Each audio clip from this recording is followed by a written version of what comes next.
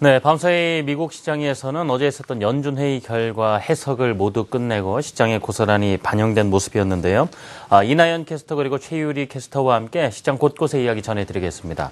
자, 이나연 캐스터, 뉴욕 증시 밤새 분위기 상당히 좋았습니다. 그리고 이번 회의, 이 FOMC 회의 결과를 두고 시장에서 나온 해석들 이제 또 자세히 들어보자고요. 정리해 주시죠.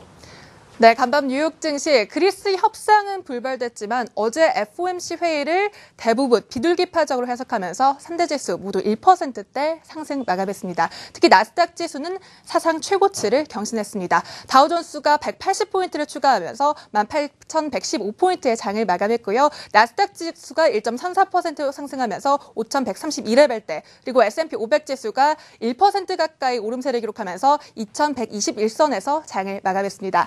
나스닥 하루 흐름 살펴보시죠. 먼저 오늘 시장 랠리를 이끈 것, 어제 발표된 FOMC 회의 결과였습니다. 시장은 대부분 FOMC 회의 결과를 비둘기파적으로 해석하고 있는데요. 특히나 어제 옐런은 시장이 너무 첫 금리 인상 시기에만 주목하고 있다면서 그 경로에 조금 더 집중할 필요가 있다라는 발언을 했습니다.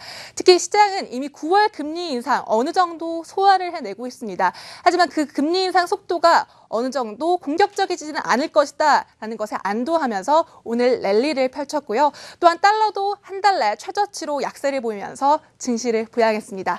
그리고 오늘 발표된 지표들 대부분 호조였습니다.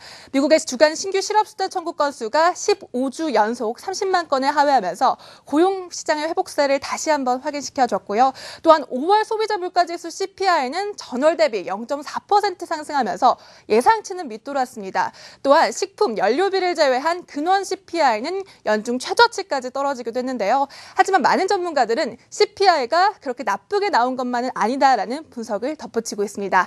또 지수는 장중에 그리스 소식이 전해지면서 상승폭이 조금 제한되기도 했습니다. 그리스와 유로존 채권단 사이 협상이 또다시 불발되면서 그리스 상승폭을 조금 제한하면서 나스닥 지수 그러나 사상 최고치를 경신하면서 마감 지었습니다. 외신 기사 하나 살펴보셔야겠죠. 그리스 다시 한번 더 우려를 자아내고 있습니다. CNBC 쪽에서 나온 뉴스인데요. 그리스은행이 월요일에 영업을 할 수 있을지 장담을 못한다라는 이야기가 나왔다라는 것입니다. CNBC에 따르면 비공개적으로 ECB가 그리스은행이 월요일에 영업을 할 수 있을지 분우와 꾀레 이사가 월요일은 모르겠다, 나도 모르겠다라는 발언을 한 것으로 보도하고 있습니다. 특히 그리스 은행에서는 지난 3일간 무려 20억 유로가 인출됐다고 합니다. 이에 따라 유로그룹은 이 예금 인출 사태가 매우 우려스럽다라고 입장을 표명하고 있는데요. 오는 22일 그리스 구제금융 협상을 놓고 다시 한번 유로그룹은 긴급 회의에 돌입할 예정입니다. 이제 IMF의 16억 유로를 상환하기 위해서 약 2주 정도가 남았습니다. 많은 유로그룹 지도자들은 그리스가 그리스 국민들을 위해서라도 빨리 협상 타결에 나서야 한다라고 촉구하고 있습니다. 네, 그리스 문제를 두고는 그동안 벌써 몇 번이나 D-Day 운명의 날이다 했지만은 계속 또 회의를 잡고 논의를 하고 거치고 있습니다. 지금 D-Day가 이 딜레이의 D다라는 우스갯소리까지 나오고 있는데요. 자, 밤새 유로그룹 회의가 있었습니다. 이 내용 최유리 캐스터가 어떤 내용들이 언급이 됐었는지 좀 전해주시죠. 네, 앞에서 이나연 캐스터가 언급했듯이 그리스 상황 심각합니다. 이 유로그룹 의장은 그리스가 유로존을 탈퇴하고 있는 방향으로 움직이고 있다는 발언까지 했는데요. 오늘 불발된 유로그룹 회의 기자회견 영상, 로이터 통신을 통해 확인하시죠. Today in our meeting we send a strong signal to the Greek authorities that it is really up to them to submit new proposals, additional proposals in the coming days to fully engage with the institutions within the framework of that statement of February the 20th. As of today, it is still possible to find an agreement and extend the current program before the end of the month. But the ball is clearly in the Greek court to seize that last opportunity. Time is running out. The program expires at the end of the month. There are, of course, parliamentary procedures to consider, and therefore very little time remains. 네, 채권단은 새로운 수정안을 제출하라고 그리스를 압박하고 있는데요. 유로그룹은 22일 긴급회의를 소집해서 그리스 부채 문제에 대해 논의할 예정입니다. 채권단 측은 공은 이제 그리스에 넘어갔다고 말하고 있습니다. 네, 당장 22일에 긴급 정상회의를 소집했다, 열릴 예정이다 하지만 지금 30일까지 IMF에 상환할 돈이 15억 유로, 한 일주일 정도 남아 있는 것인데 그 사이에 또 다음 주 회의가 불발되더라도 또 회의를 갖게 될까요? 계속 주시하면서 새로 나온 소식들 전해주시기 바라고요. 자, 바로 그 외 시장 상황도 살펴보고 오겠습니다. 이나연 캐스터 전해주시죠. 네, S&P 500 섹터별 흐름 살펴보시죠. 이날 대부분 업종들이 파란불을 켰습니다. 헬스케어주 그리고 유틸리티주가 모두 1%대의 오름세를 기록했고요. 하지만 에너지주는 국제 유가가 3거래일 연속 하락하면서 0.06%대의 약세를 기록했습니다. 이제 유럽 시장으로 넘어가 보시죠. 유럽도 미국 금리 인상 우려가 완화되면서 상승 마감했습니다. 특히나 유로그룹 회의가 결렬되기 전에 유럽 증시를 마감을 하면서 그 기대감도 증시를 부양했습니다. 독일 닥스 지수가 무려 1%대 오름세를 기록하면서 11,100포인트의 장을 마감했고요. 프랑스 캐크 지수는 보합권에서 장을 마감했습니다. 4,803포인트. 그리고 그리스 지수는 0.37%의 오름세를 기록하면서 683레벨대에서 장을 마감했습니다. 이제 상품 시장으로 넘어가 보시죠. 이날 국제 금값이 급등했습니다. 무려 2%대 급등하면서 온스당 1,200달러를 돌파했고요. 달러 인덱스는 비둘기파적인 연준의 태도에 0.25% 하락하면서 한 달 내 최저치를 기록했습니다. 달러 약세는 국제 유가는 끌어올렸습니다. WTI 가격은 0.88% 상승하면서 배럴당 60달러 선을 회복했습니다. 오늘 뉴욕 증시 나스닥 지수가 다시 사상 최고치를 경신했다라고 정리 드릴 수 있을 것 같은데요. 오늘 우리 증시에도 훈풍을 불어넣을 수 있기를 기대해 봅니다.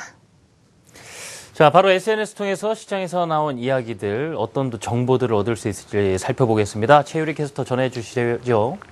네, 시장에서 나온 SNS 소식 살펴봅니다. 오늘 나스닥이 사상 최고치를 경신했는데요. 하지만 시장 반응은 예상 외였습니다. 이 폴 모니카 CNN 기자는 나스닥이 최고치였지만 오히려 시장의 경계심은 커졌다는 트윗을 올렸습니다.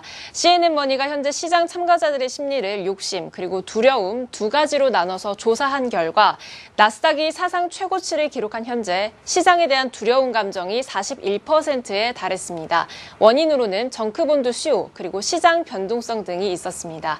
하지만 오늘 비즈니스 인사이더는 글로벌 경제가 동반 성장했다는 트윗을 올렸습니다. 다음 그림을 보시면요. 비즈니스 인사이더 분석에 따르면 글로벌 경제가 GDP 기준으로 5년 만에 동반 성장을 기록했다고 밝혔습니다. 그래프를 보면 파란색은 중국, 노란색 유로그룹, 일본 모두 플러스 성장을 기록했는데요. 이 전문가들은 이대로 꾸준히 경제 회복이 된다면 향후 몇 년간 주식시장도 좋을 것이다 라고 봤습니다.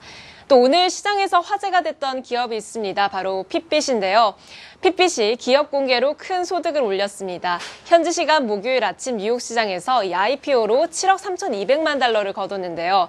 포브스는 공동 창업자인 한국계 미국인인 제임스 박이 이 주식 80만 주를 팔고 지금은 19만 주를 보유하고 있다고 밝혔습니다. 하지만 장밋빛 전망만 있는 게 아닙니다.